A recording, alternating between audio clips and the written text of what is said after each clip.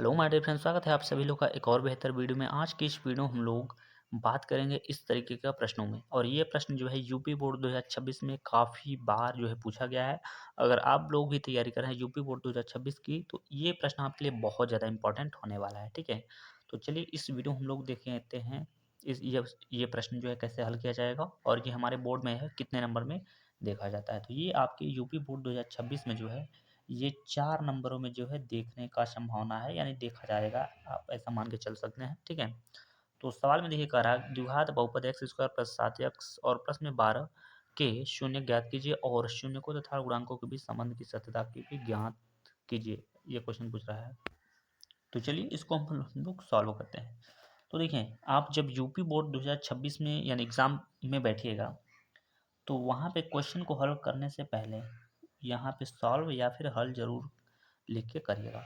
अब हल लिखने के बाद आपको जस्ट समीकरण जो दिया गया है, यहाँ पर जो समीकरण हमें दिया गया है, इसका हमें निकालना क्या है, शून्य। तो एक्स स्क्वायर प्लस में यहाँ पर हो जाएगा आपका 7x। ठीक है, और प्लस में यहाँ पर दिया गया हमारा 12 दिया गया है। शून्य बोला है तो हम यहाँ से शून्य इसका निकाल लेंगे, बराबर में 0 लिख देंगे। ठीक है, आपको करना क्या होगा, यहाँ पर लिखना होगा एक्स स्क्वायर, उसके बाद आपको लिखना होगा यहाँ पर 4x। ठीक है, और यहाँ पे लिखना होगा 3x। अब सर जी ये कैसे आया, उसको थोड़ा सा हमें समझा दीजिए। आप तो लिखते ही चले जा रहे हैं, तो समझ लीजिए। आपको देखना होगा कि ये जो 12 है ये किसके पहाड़ा में आ रहा है। तो 12 देखेंगे तो 4 का पहाड़ा अगर 3 बार पढ़ेंगे तो 4 3 12 होगा, और 4 और 3 जोड़ेंगे तो ये हो जाएगा 7। ठीक है, यहाँ पर जो 12 है ये हमने पीछे उतार दिया है, तो आई होप आप सभी लोग समझ पाए होंगे। उसके बाद इन दोनों में आपको कॉमन देखना होगा, इसमें और इन दोनों में। तो इन दोनों में जो हमारा कॉमन है वो x का हो जाएगा। यहाँ पर x निकल चुका है, एक्स स्क्वायर लिखा था तो यहाँ पर एक x आपका रह जाएगा, और प्लस लगाइए। प्लस के बाद यहाँ पर आपका क्या बचेगा, तो 4 बचेगा, क्योंकि x को तो हमने बाहर निकाल लिया है। इन दोनों में कॉमन हमारा कितना है, तो 3 है, और 3 जब बाहर निकालिएगा तो ये 3 बाहर निकलेगा, x बचेगा। 3 से कटेगा ये 12 4 बार में, इक्वल टू कितना हो जाएगा, तो 0 हो जाएगा। ठीक है, अब यहाँ पर हम लिखेंगे x+4, जो ये दोनों कोष्टक में दिख रहा है इसको एक बार हमने नोट किया। दूसरे कोष्टक में लिखेंगे x और प्लस का 3 इज इक्वल टू का 0।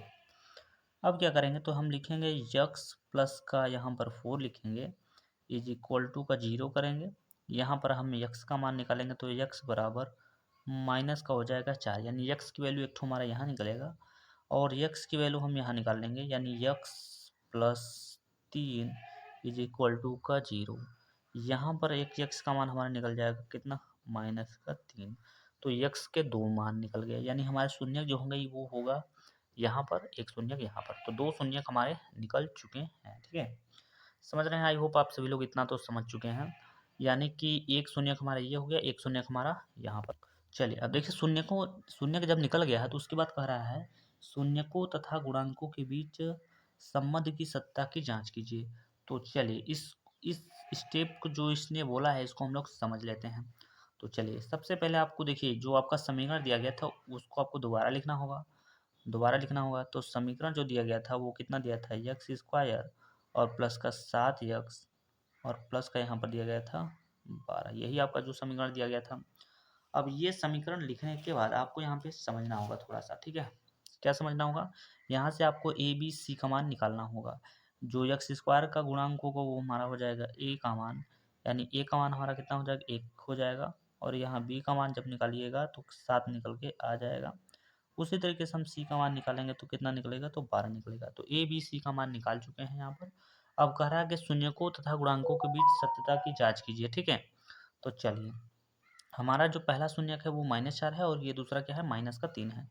तो यहाँ पर आपको लिखना होगा, क्या लिखना होगा, यहाँ पर लिखना होगा सत्यता की जांच। ठीक है, यहाँ पर आपको लिखना होगा सत्यता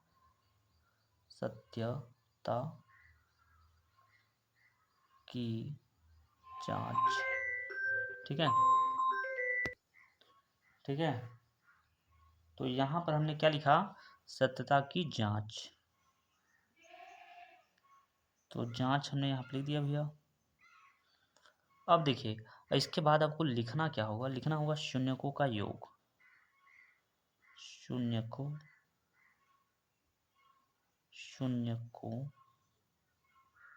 का योगफल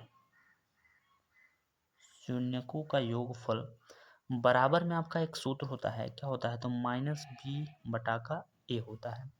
अब यहाँ से आपको ध्यान से समझना होगा, जो हमारा पहला शून्यक था यहाँ पर हमने निकाला था, ये -4 और -3, एक साइड में यहाँ पर शून्यकों का योग बोला ना, तो पहला जो शून्यक है वो हमारा -4 है, और योग मतलब होता है जोड़, जो दूसरा शून्यक है वो हमारा कितना है, -3 है। तो इसको कर लीजिएगा ब्रैकेट। यहाँ पर माइनस बी बटा ए लिखा, तो ये क्या चीज़ है, यहाँ पर देख सकते हैं, जो यहाँ पर बी का मान हमने निकाल रखा है, तो माइनस लिखिएगा, बी का मान कितना है, तो 7 है, 7 लिखिएगा, बटे ए का मान कितना है, 1 है, तो 1 यहाँ पर लिख दीजिएगा। यहाँ पर देखिएगा, तो माइनस का यहाँ पर हो जाएगा 4, प्लस और माइनस माइनस होता है, और माइनस का यहाँ पर हो जाएगा 3, बराबर में कितना हो जाएगा, तो माइनस का 7 हो जाएगा, क्योंकि ए का नीचे नहीं लिखते हैं, ठीक है।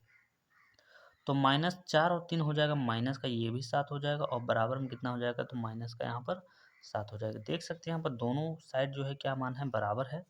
तो ये जो है मतलब यहाँ पर ये सिद्ध हो चुका है कि जो हमारा शून्यक फार्मूले से और जो हमारा शून्यक निकल के आया है, उन दोनों से जो है बराबर वैल्यू आ गया है। और यहाँ पर हमने निकाला शून्यकों का योगफल। अब इसी तरीके से निकालेंगे शून्यकों का गुणनफल। देखिएगा, तो यहाँ पर आप लिखेंगे, क्या लिखेंगे भैया, तो लिखेंगे शून्यकों का गुणनफल। शून्यकों का गुणनफल, तो शून्यकों का गुणनफल बराबर हो जाएगा, आपका फार्मूला सी बटा का ए होता है।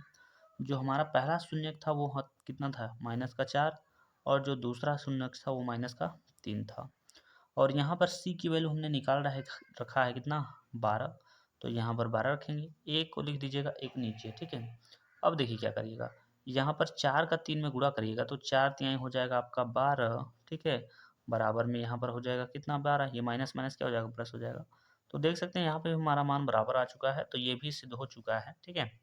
तो आई होप आप सभी लोग को ये क्वेश्चन जो है समझ में आ गया होगा। ये आपके यूपी बोर्ड में 4 नंबर में आता है, अच्छे नंबर में आता है। अगर आप लोगों को वीडियो अच्छा लगा तो इस चैनल को सब्सक्राइब कीजिएगा, वीडियो को लाइक ज़रूर करिएगा।